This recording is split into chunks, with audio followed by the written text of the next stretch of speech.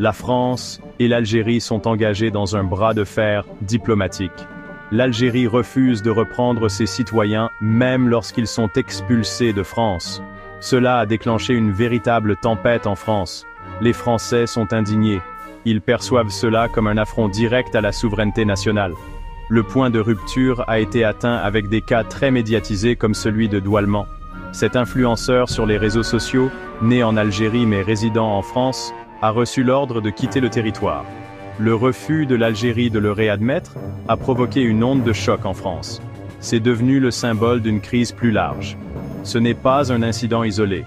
L'Algérie a rejeté à plusieurs reprises les ordres d'expulsion français. Chaque refus aggrave davantage les tensions entre les deux nations.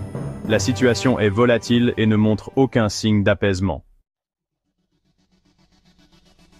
Au cœur de ce conflit diplomatique se trouve l'accord migratoire de 1968. Cet accord a accordé aux Algériens un traitement préférentiel en France. Il leur a facilité la vie, le travail et l'installation en France. À l'époque, il était perçu comme un moyen de panser les blessures du passé.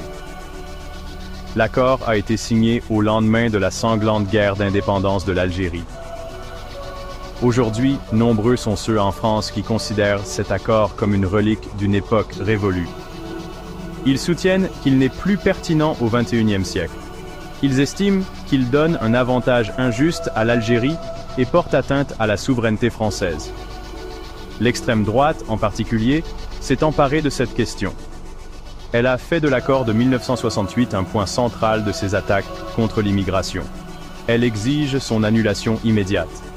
Elle le voit comme un symbole de la faiblesse et du déclin de la France.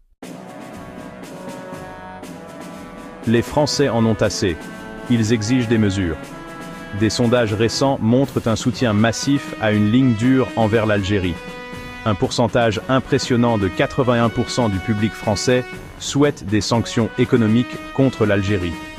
Ils pensent que c'est le seul moyen de forcer l'Algérie à respecter le droit français. Éric Ciotti mène la charge. Cet homme politique de droite a qualifié les actions de l'Algérie d'humiliation pour la France. Il a appelé à des mesures drastiques, notamment la suspension des visas pour les ressortissants algériens. La position de Ciotti fait écho auprès d'une partie croissante de la population française. La colère est palpable. Les Français se sentent trahis par une nation qu'ils considéraient autrefois comme un allié proche. Ils voient les actions de l'Algérie comme un signe de manque de respect. Ils exigent une réponse ferme de leur gouvernement. La relation entre la France et l'Algérie est au bord de la rupture. Les enjeux sont importants. La France et l'Algérie partagent des liens historiques profonds. Elles ont également des liens économiques et sécuritaires importants.